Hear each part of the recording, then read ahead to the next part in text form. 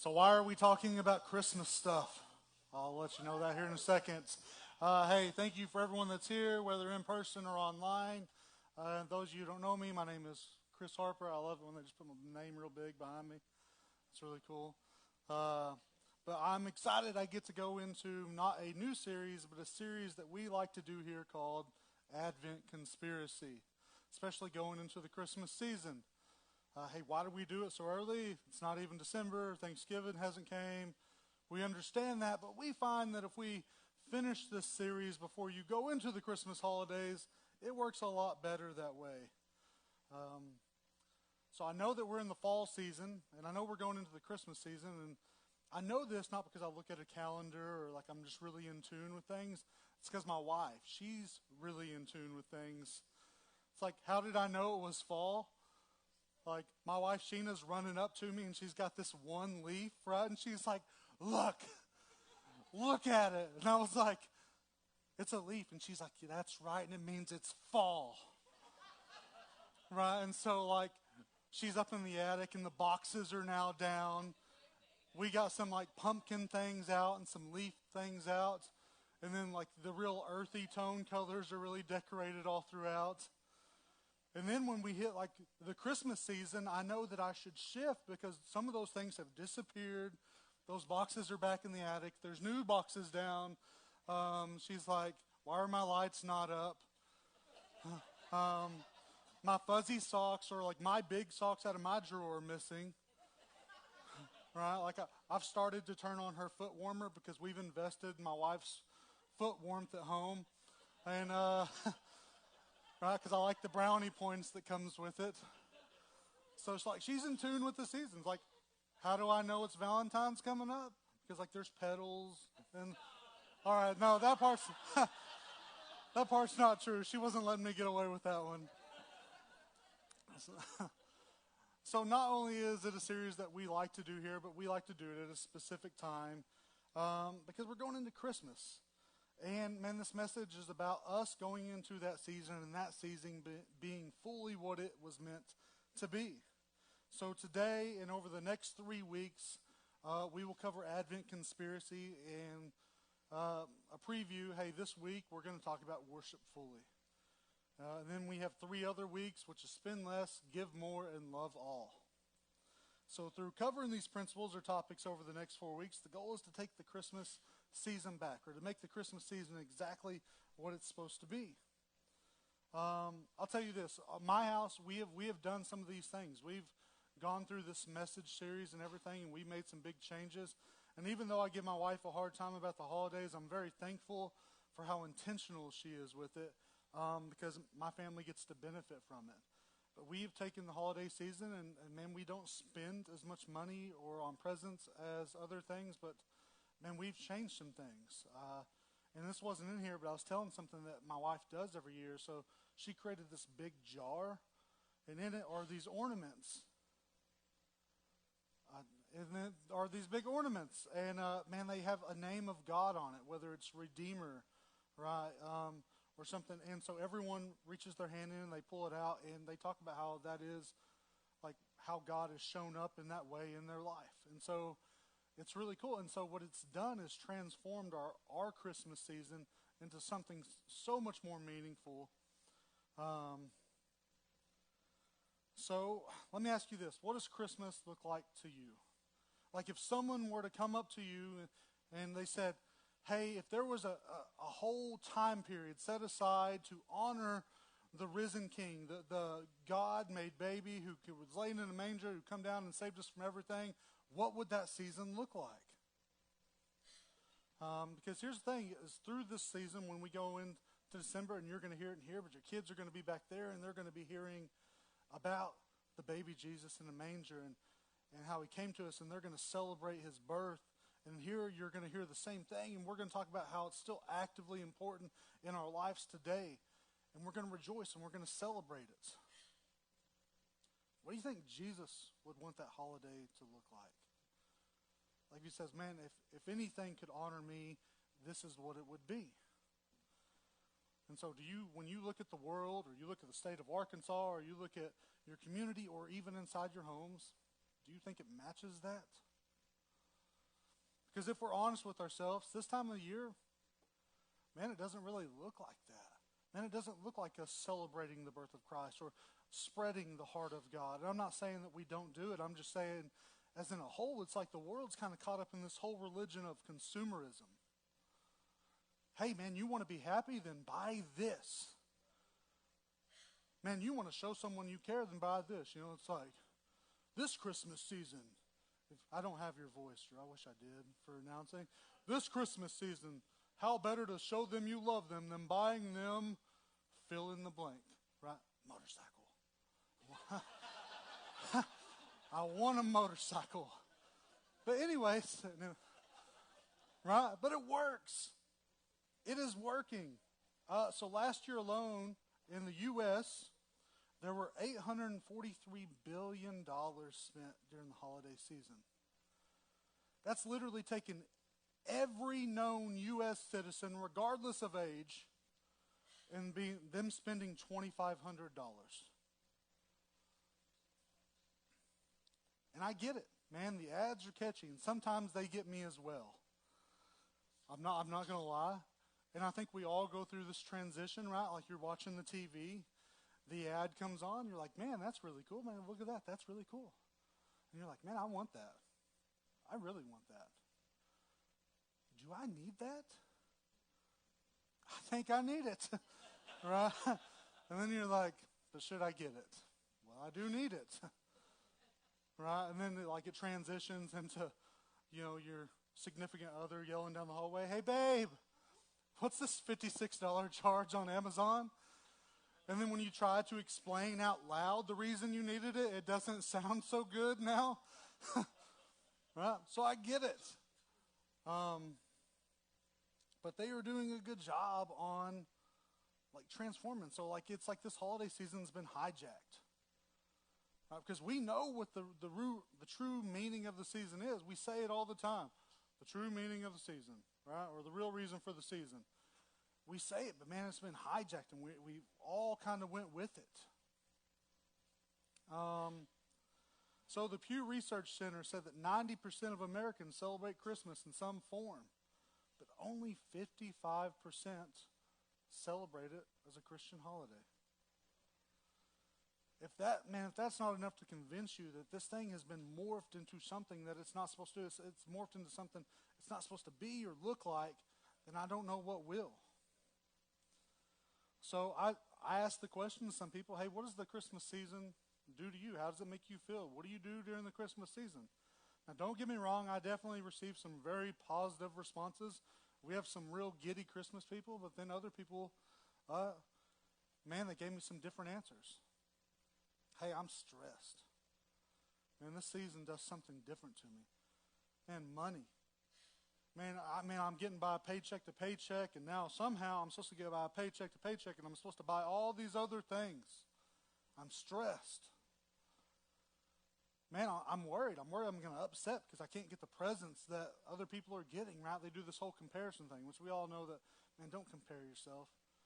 They're like, man, I see what they're doing and what they can get for their kids or their family or the trips that they're going to take.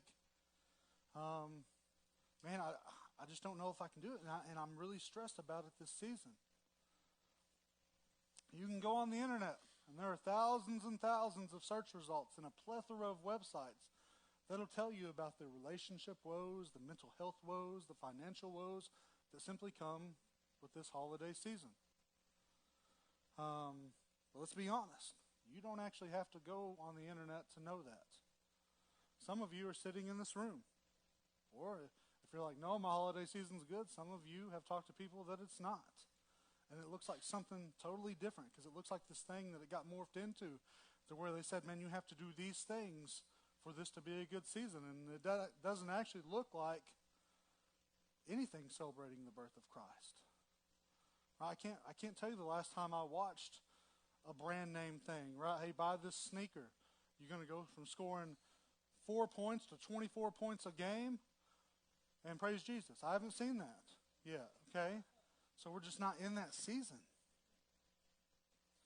But you got to know that, man, your attention is being fought for. Man, they're trying to get your time, your effort, your focus on something different than what it's truly supposed to be during this season. So some of you are like, well, hey, we shouldn't just apply this to the Christmas season. We should apply it to the whole year. And you're absolutely right. But here's what you need to know. Not every opportunity is created equal.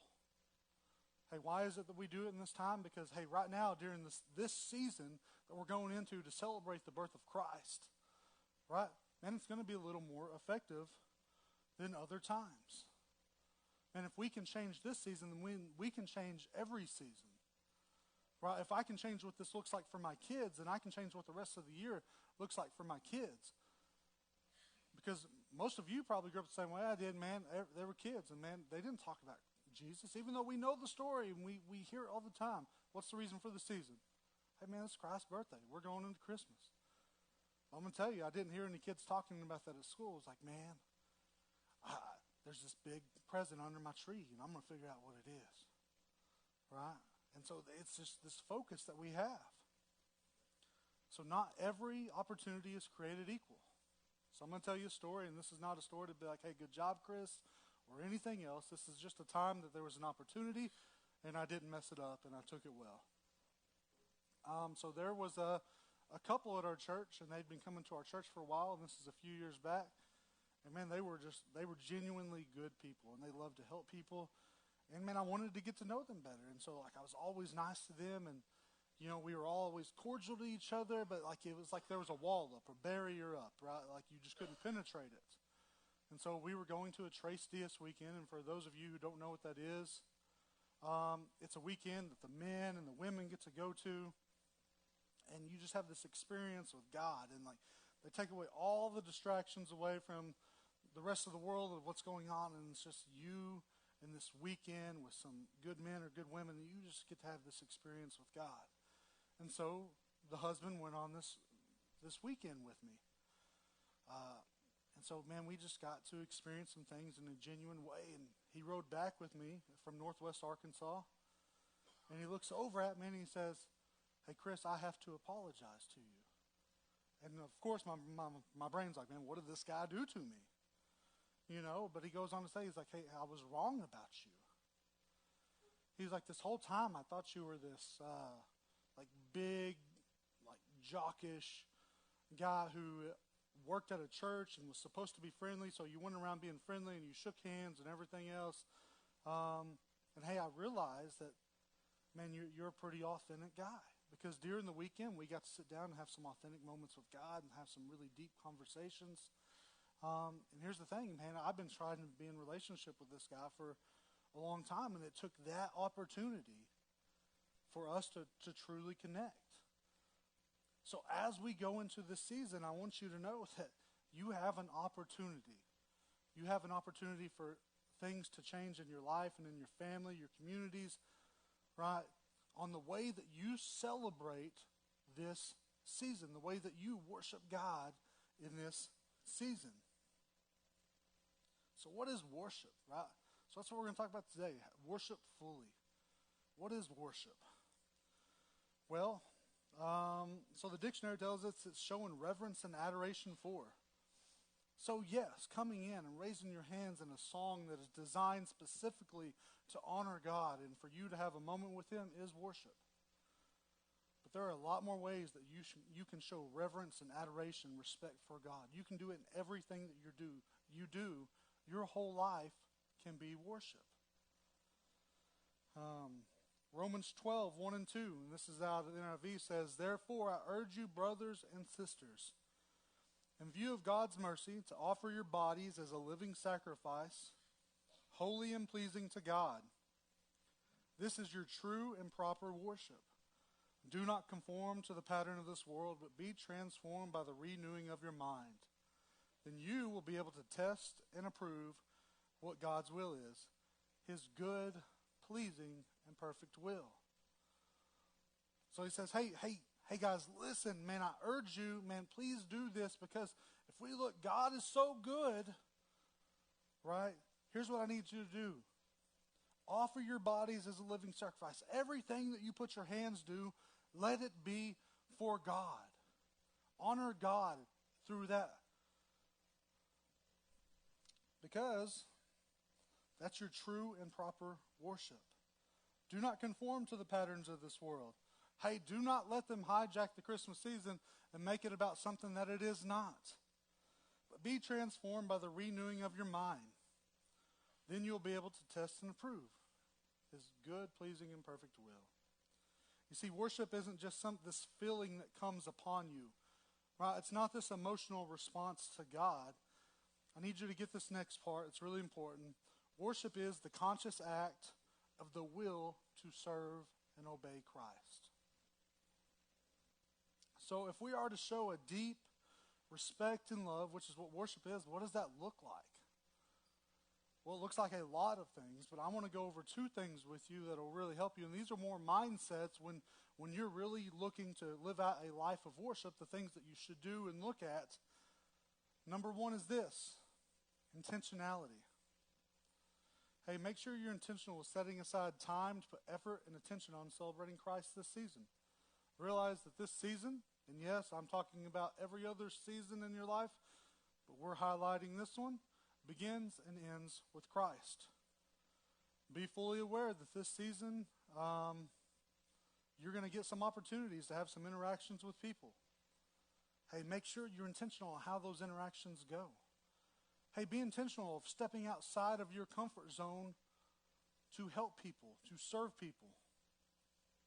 Be intentional on showing your family, your kids, your spouse, your wife, your boyfriend, your girlfriend, the church, what it looks like to make God your number one priority. Be even more intentional with showing them what it looks like to correct that when your priorities are out of line. Number two, recognize that there are things competing for the same efforts and attention. There are things in your life that are wanting to become idols in your life. Right? You didn't know you were coming to language arts class today, but an idol is defined as an image or representation of God used as an object of worship. If I were to watch you through the Christmas season and just watch you, would I be able to know that you are worshiping God? Would your family know that you are worshiping God this season? In Jonah 2:8, it tells us, those who cling to worthless idols turn away from God's love for them. So don't make this season about something that it's not supposed to be. The season is about one reason. Right? Don't make it about anything else. In Luke 12:15, this is what Jesus says. Then he said to them, watch out! Be on your guard against all kind of greed. Life does not consist in an abundance of possessions. Yeah, I yelled to watch out. There's an exclamation point. Some of you seem like genuinely surprised by that.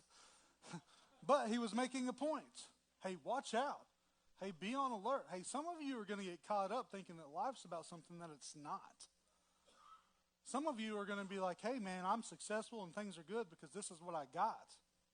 And it's not. So Jesus right here is, he's telling the parable of the rich fool. And one of the men in the crowd says, hey teacher, hey please tell my brother to split the inheritance with me. And right off the bat, that's how he responds. Hey, you need to know that, hey, life isn't good or bad because of the possessions that you have. And then he goes on to talk about a rich man who had a plentiful harvest, and man, he built some really big barns to store all the abundance of the things that were coming out of this harvest so that he could live a long and easy life. But if we go down to verses 20 and 21, he goes on to say, but God said to him, you fool. Well, there's an exclamation point. You fool. This very night your life will be demanded from you. Then who will get all you have prepared for yourself? This is how it will be with whoever stores up things for themselves, but is not rich towards God. He's telling them in that parable, hey man, you're so consumed with the measure of things that you get here on earth. But hey, lay up your treasures to God. Hey, what are you giving to? What are you storing for? Hey, be rich towards God. Give where it counts. The Bible tells us that we're storing our treasures in heaven. In Matthew 6:19 through 21, it says, "Do not store up for yourself treasures on earth, where moths and vermin destroy, and where thieves break in and steal. But store up for yourself treasures in heaven, where moths and vermin do not destroy, and where thieves do not break in and steal. For where your treasure is, your heart will be also." So the way that you worship will let you know what kind of treasures you have. Worshiping fully is realizing that every place you find yourself in is an opportunity to praise God, is an opportunity to show God respect. And how is it that I do that? And I praise God in all that I do. I worship God in all that I do. When I go to work, regardless of what sign or name is on the sign or whoever's wearing the manager tag, hey, I go to work for God. Man, my interactions that day, the things that I do, the things that I make, the products that I, put out to people, man, I do it for God, not anyone else. Because at the end of the day, when people look at me, I want them to see Him. I love my family in a way that is pleasing to God. I help others and show them the goodness of God. I give more of my time to the things that God has for me. I'm intentional with the conversations I have with the people around me. I make sure that in moments where I'm justified to act a certain way, I make sure I'd act the way that God would have me act. That's why we picked the season to talk about these things, because we are going into a season when we are literally celebrating that Christ, the baby in a manger who was raised, who came and saved us and delivered us all from our own sins and has us covered. And we are celebrating that, and that season needs to look like that. And the first way we do that is we worship fully. Hey, why did we talk about this first? Because we talked about this first because the spend less, give more, love all looks a whole lot different when you do it through a heart of worship. For a long time, I had it confused. Hey, what does worship look like in my life? And it looks like everything. And I can show God respect and honor through everything that I do. So this season is about sharing the gift that has been bestowed upon us, which is love and freedom. It's how we give our time, effort, love, understanding, and patience to God or to other people, and that is how we worship God. This season isn't about the money that you spend. Hey, even though every year at the holiday season time, we spend 45 times the amount it would cost to provide the rest of the world clean drinking water. Every year. So if there were ever a season for the world to just be in awe of God's grace and power and love, why would it not be the season that we're about to go into? And again, I think it should be every season. I think it should be every month and every day. But I'm telling you that we have an opportunity ahead of us, because when 45% of the population in the U.S. alone don't even celebrate Christmas for Christ, right? We can change this, and we can do something, because there are 55% of the people in the U.S. who do. And we know what this season is about, and if we made it look like that, this season would look drastically different.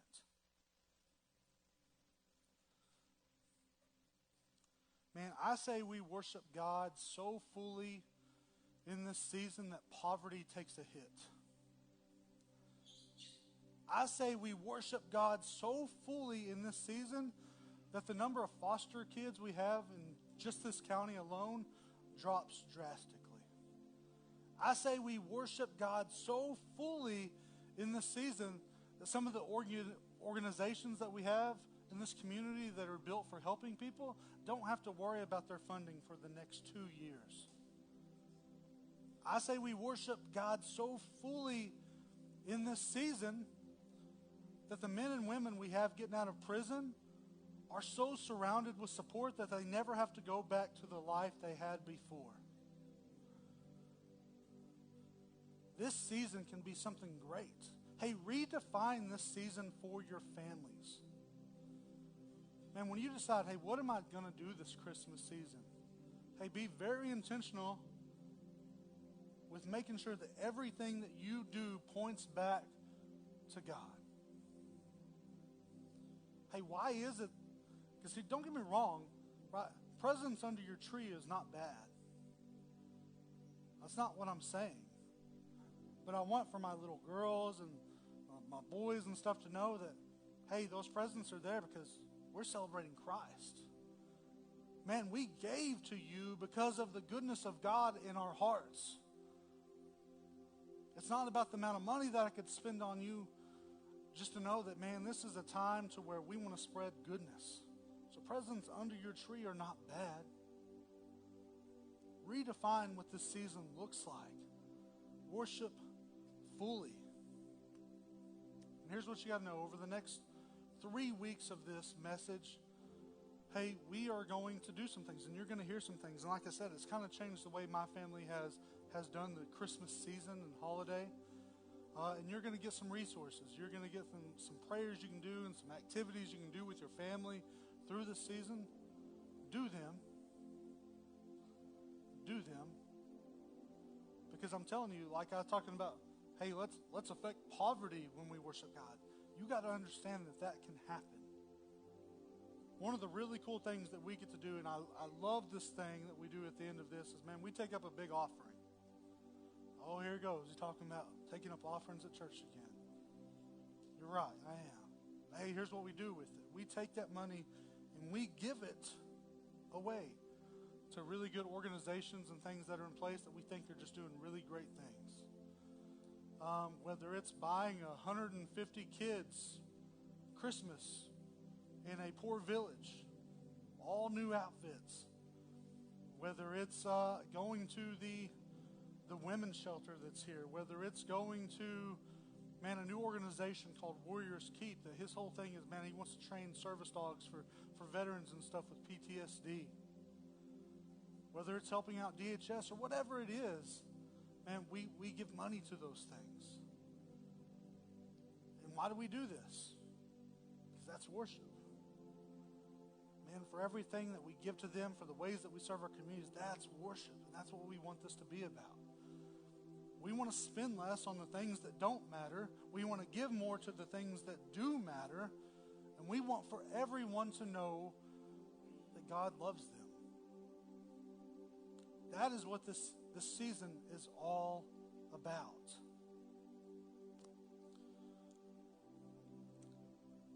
So I challenge you, hey, make it about that this season. When anyone looks at you, don't let them be confused about what this season is about.